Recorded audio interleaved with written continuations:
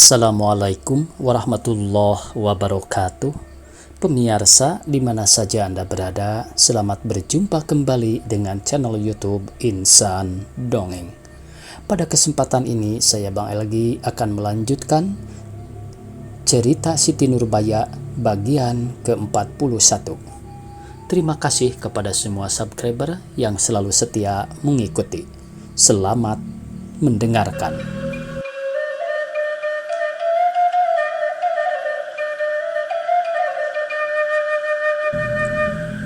Sekarang pemirsa kita ceritakan peperangan antara Samsul Bahri dan Datuk Meringih. Setelah masuklah kapal yang membawa Letnan Mas ke pelabuhan Teluk Bayur, turunlah sekalian bala tentara itu ke darat. Lalu langsung berjalan ke kota Padang. Di sana gemparlah isi kota melihat bala tentara sekian banyaknya datang, cukup dengan alat senjata dan meriamnya. Yang seorang bertanya kepada yang lain, "Mengapakah didatangkan serdadu sekian banyaknya ini?" "Tidakkah engkau tahu?" jawab yang ditanyai. "Seluruh tanah jajahan Belanda akan rusuh sebab anak negeri hendak melawan, tak mau membayar belasting." Kabar kedatangan bala tentara ini sekejap itu juga pecah ke sana kemari sampai keluar luar kota, sehingga perempuan dan anak-anak pun tahu hal ini. Maka ramailah dibicarakan peperangan yang akan terjadi. Yang penakut larilah bersembunyi ke gunung-gunung dengan anak bini dan harta bendanya. Yang berani tinggallah di dalam kota karena ingin hendak melihat tamasya perang.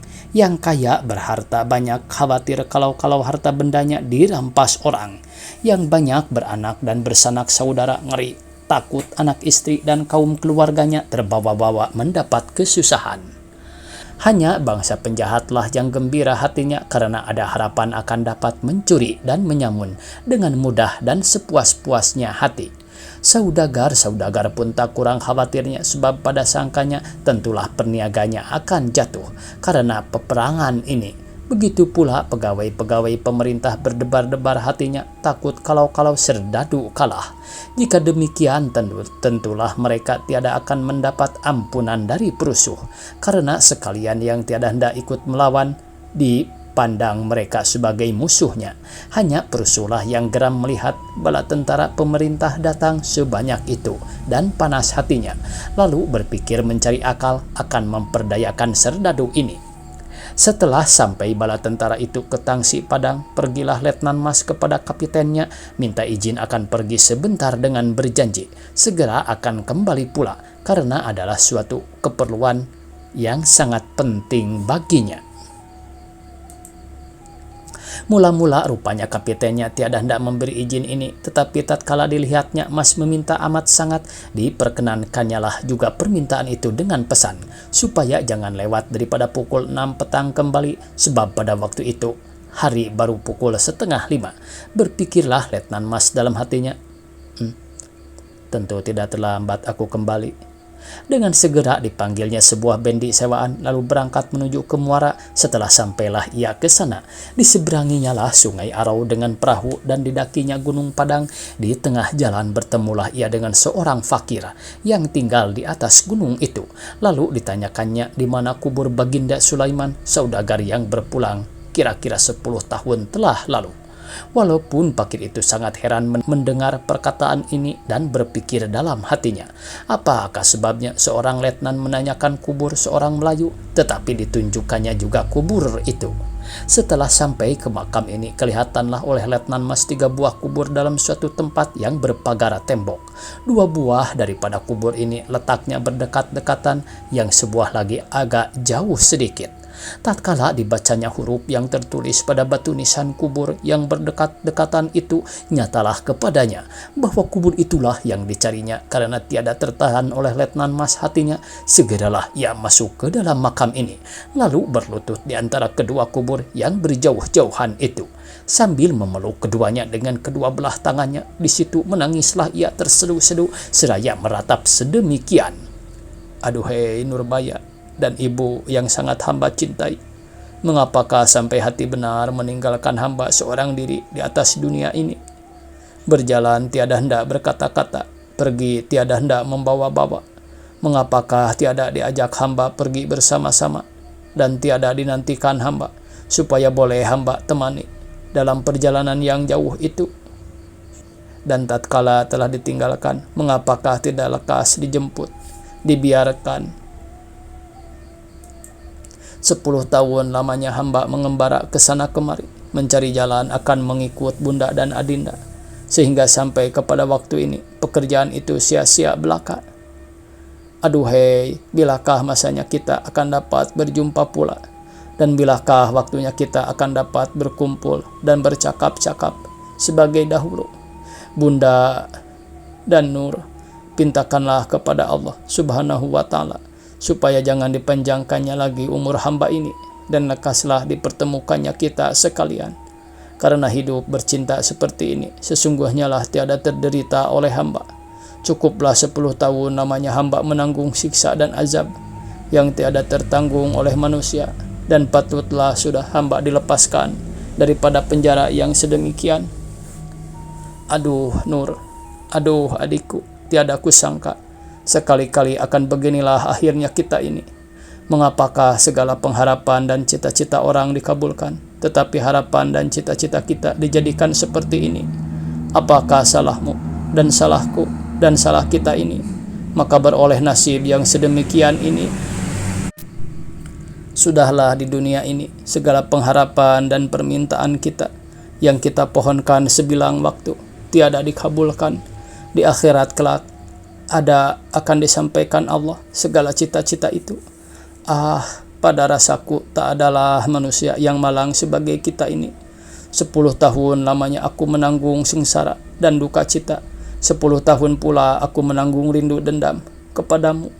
Tetapi sampai sekarang ini belum disampaikan Tuhan juga maksudku ini. Berapakah lamanya lagi aku harus menunggu? Tetapi, oh ya Nur, aku telah beroleh alamat bahwa aku akan segera dipertemukan dengan engkau. Karena inilah penghabisan sisaku. Mudah-mudahan demikianlah hendaknya. Doakan bersama-sama. Suatu yang belum ku ketahui, yaitu dapatkah aku menuntutkan belamu atau tiada. Tetapi biarpun tak dapat, Allah yang Maha Kuasa takkan lupa bahwa tiap kesalahan itu tiada akan luput daripada hukumannya. Biarlah bersama-sama kita kelak menyembahkan kesalahannya ini. Setelah itu diciumlah oleh Letnan Mas kedua nisan kubur itu, lalu berdiri perlahan-lahan dan berkata kepada fakir yang masih tercengang berdiri di sana melihat kelakuan Letnan ini, karena heran mengapakah seorang Belanda menangis di kubur seorang Islam. Fakir, mengajilah Tuan di sana bagi arwah segala yang telah meninggal itu. Inilah hamba beri sedekah. Lalu dikeluarkannya uang kertas 10 rupiah dari dalam tempat uangnya, diberikannya kepada fakir ini, karena seumur hidupnya belum pernah fakir ini menerima hadiah sekian banyaknya. Sangatlah sukacita hatinya, lalu mengaji semalam-malaman di makam itu. Sementara Letnan Mas pergi ke Gunung Padang, datanglah kabar dari Gubernur Padang mengatakan malam itu Prusuh akan masuk ke dalam kota, membuat huru-hara. Oleh sebab itu, dimintalah sebagian daripada serdadu yang ada itu pergi ke luar kota, menghadang musuh ini, supaya jangan sampai berperang di dalam kota. Kira-kira pukul 7 malam berangkatlah sepasukan serdadu yang dipimpin oleh Letnan Mas dan Pansta ke luar kota Padang menuju kota tengah. Pukul 9 sampailah mereka ke Tabing, dan tiada berapa lama kemudian hampirlah mereka ke kota tengah. Dari jauh telah kelihatan berpuluh-puluh orang sekaliannya memakai serba putih berkumpul-kumpul di pinggir jalan. Di muka sebuah kedai rupanya mereka sedang bermusyawarat bagaimana hendak menyerang, sekaliannya bersenjata sebuah golok. Tatkala kelihatan oleh Prusuh serdadu datang, gemparlah sekaliannya. Ada yang mengambil senjatanya, ada yang menghunus kerisnya, ada yang memencak, ada yang berteriak memanggil kawan, ada yang memaki-maki, dan ada pula yang mengacung-acungkan senjatanya. Berbagai-bagai kelakuan mereka. Setelah hampir kepada mereka ini, Letnan Mas menyuruh berhenti serdadunya dan membariskan mereka. Seorang kemendur yang mengikut bersama-sama maju ke muka, menyuruh Prusuh menyerahkan dirinya. Tetapi jangankan diindahkan mereka, kemendur itulah yang dimaki-makinya seraya memencak mengenjak berkelahi. Setelah 3 kali kemendur membejuk dengan lemah lembut, menyuruh mereka menyerahkan diri. Tiada juga didengar oleh orang-orang itu. Diserahkannyalah kekuasaan ke tangan Letnan Mas. Letnan Mas menyusun serdadunya lalu menyuruh menembak ke udara. Seketika itu juga berbunyilah kira-kira 30 bedil sekaligus. Tatkala didengar perusuh bunyi bedil ini dan dilihatnya tiada seorang pun yang kena, bertambah-tambahlah berani mereka. Karena pada sangkanya sesungguhnya lah mereka tiada dimakan anak bedil lagi. Berkah ajimah yang diperolehnya dari gurunya, maka bertempiklah mereka bersorak dan ratib mengucapkan La ilaha illallah.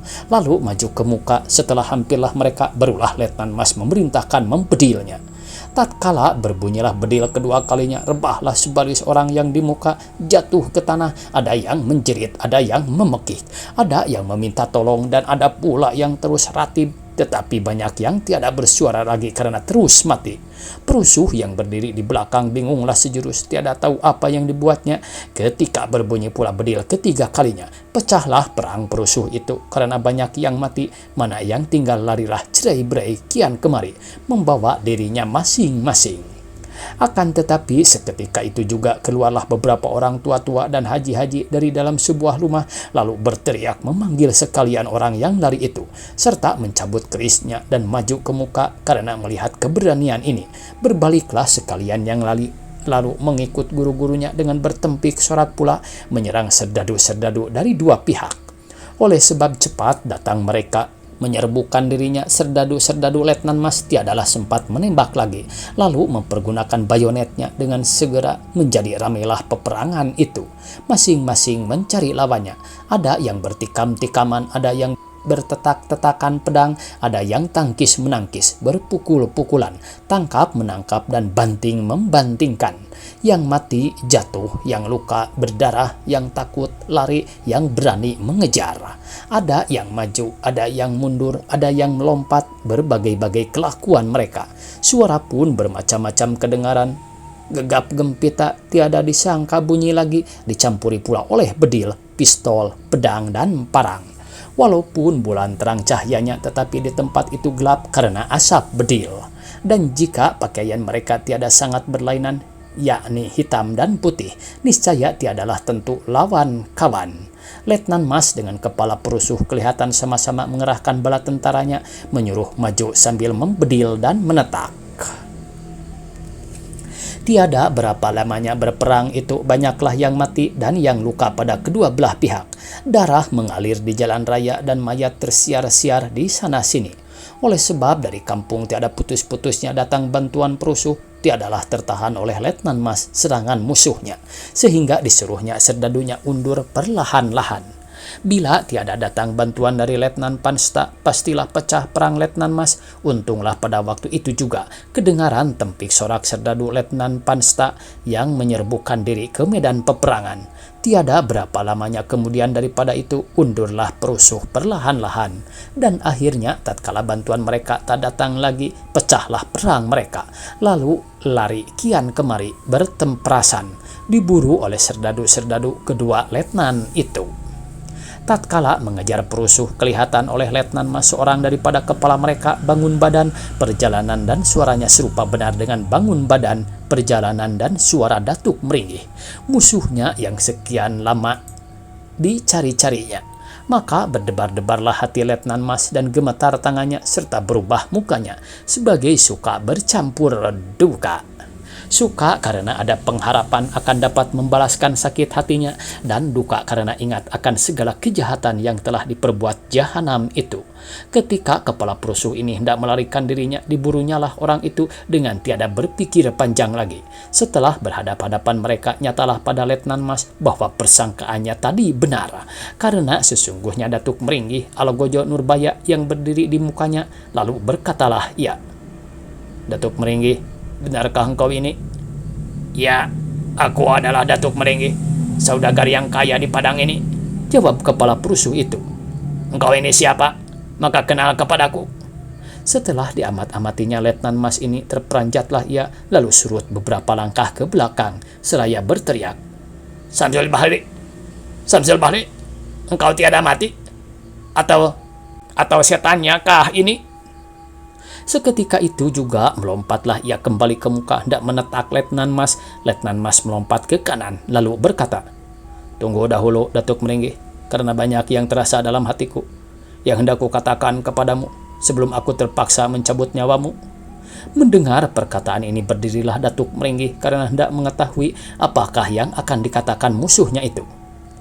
"Datuk Meringgi, sesungguhnya akulah Samsul Bahri yang 10 tahun telah lalu sudah mati, tetapi yang dikeluarkan kembali dari dalam kubur untuk menghukum engkau atas segala kejahatanmu yang keji itu.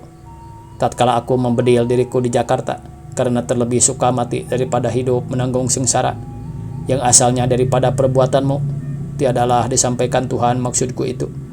Rupanya aku terlebih dahulu harus menuntut bela atas segala kesalahanmu. Itulah sebabnya maka peluru yang kutujukan ke kepalaku tiada menembus otakku, karena aku terperanjat mendengar suara sahabatku Arifin yang tatkala itu berteriak, dan tanganku bergoyang sehingga anak bedil sekadar merusakkan tulang kepalaku saja. Ketika aku sadar akan diriku, kupintalah kepada dokter dan sekalian orang yang tahu akan halku, supaya kabar aku hidup kembali tiada disiarkan kemana-mana, karena pada pikiranku lebih baik aku disangka orang telah mati daripada hidup sedemikian. Beberapa kali aku mencari kematian, tetapi tiada juga dapat, karena Tuhan masih memanjangkan umurku supaya dapat menghukum engkau atas segala dosamu. 10 tahun lamanya aku menanggung sengsara dan duka cita yang tiada terderita. 10 tahun pula aku menaruh dendam dalam hatiku kepadamu. Sekarang barulah disampaikan Tuhan maksudku itu. Sekarang barulah dapat aku menuntutkan bela sekalian orang yang telah engkau aniaya. Hei penjahat yang sebesar-besarnya, karena kekayaanmu menjadilah engkau sombong dan angkuh serta takabur kepada Tuhan yang telah memberimu kekayaan itu. Pada sangkamu dengan kekayaan itu tentulah kan dapat engkau berbuat sekehendak hatimu. Yang tinggi kau jatuhkan, yang mulia kau hinakan, yang kaya kau miskinkan dengan tiada pandang memandang, tiada tilik menilik dan tiada menaruh belas kasihan. Asal nafsumu yang jahat dan hina itu dapat kau penuhi. Hei Datuk Durhaka, kekayaanmu itu tiada memberi faedah kepada teman sejawatmu, sahabat kenalanmu, sesamamu manusia, dan kepada dirimu sendiri sekalipun, melainkan mendatangkan segala bahaya, sengsara, duka nestapa kepada isi negeri. Tiada layak engkau dikurniai Tuhan senjata yang sekuat itu. Dengan kekayaanmu itu, kau ceraikan anak daripada bapaknya, adik daripada kakaknya, asyik daripada masuknya, sahabat daripada karibnya. Dengan kekayaanmu itu, kau jatuhkan Baginda Sulaiman sampai berpulang ke rahmatullah karena duka cita. Dengan kekayaanmu itu, kau paksa anaknya menurut kesukaanmu yang keji. Kekasih dan saudaranya kau aniaya ini sampai hampir mati di dalam laut. Kemudian kau dakwa ia mencuri barang-barangmu yang kau peroleh dengan tipu daya. Darah keringat orang lain. Tatkala engkau tiada berdaya lagi akan memaksa Nurbaya yang tiada bersalah itu, kau bunuhlah ia dengan racun. Dengan kekayaanmu itu, kau ceraikan aku daripada ibu bapa dan kaum keluargaku, dan kau putuskan pengharapanku akan menjadi orang baik-baik, sehingga ibuku meninggal dunia karena kesedihan hati. Sungguh pun demikian, sekalian itu belum lagi 1/100 dari segala dosamu yang harus kau tanggungi. Hei Datuk Meringgi, tiadakah terasa olehmu kesalahanmu itu? Tiadakah takut engkau kepada Tuhan yang memberikan segala kekuasaan itu kepadamu? Tiadakah malu engkau kepada sesamamu manusia yang engkau perdayakan? Dan tiadalah belas kasihan engkau kepada sekalian mereka yang telah menjadi kurbanmu? Samsul Bahri berhenti sejurus berkata-kata itu karena penuh rasa dadanya dengan sesak rasa napasnya menahan hatinya yang tak dapat direncanakan di sini. Datuk Meringgi tiada menjawab sepatah kata pun, sebab baru dirasanya waktu itu kebenaran perkataan Samsul Bahri ini. Disitulah baru nyata padanya bahwa sebenarnya sampai kepada waktu itu belumlah lagi ia berbuat kebaikan dengan hartanya yang sekian banyaknya itu. Waktunya habis pemirsa. Semoga esok kita bisa berjumpa kembali. Billahi taufik wal hidayah. Wassalamualaikum warahmatullahi wabarakatuh.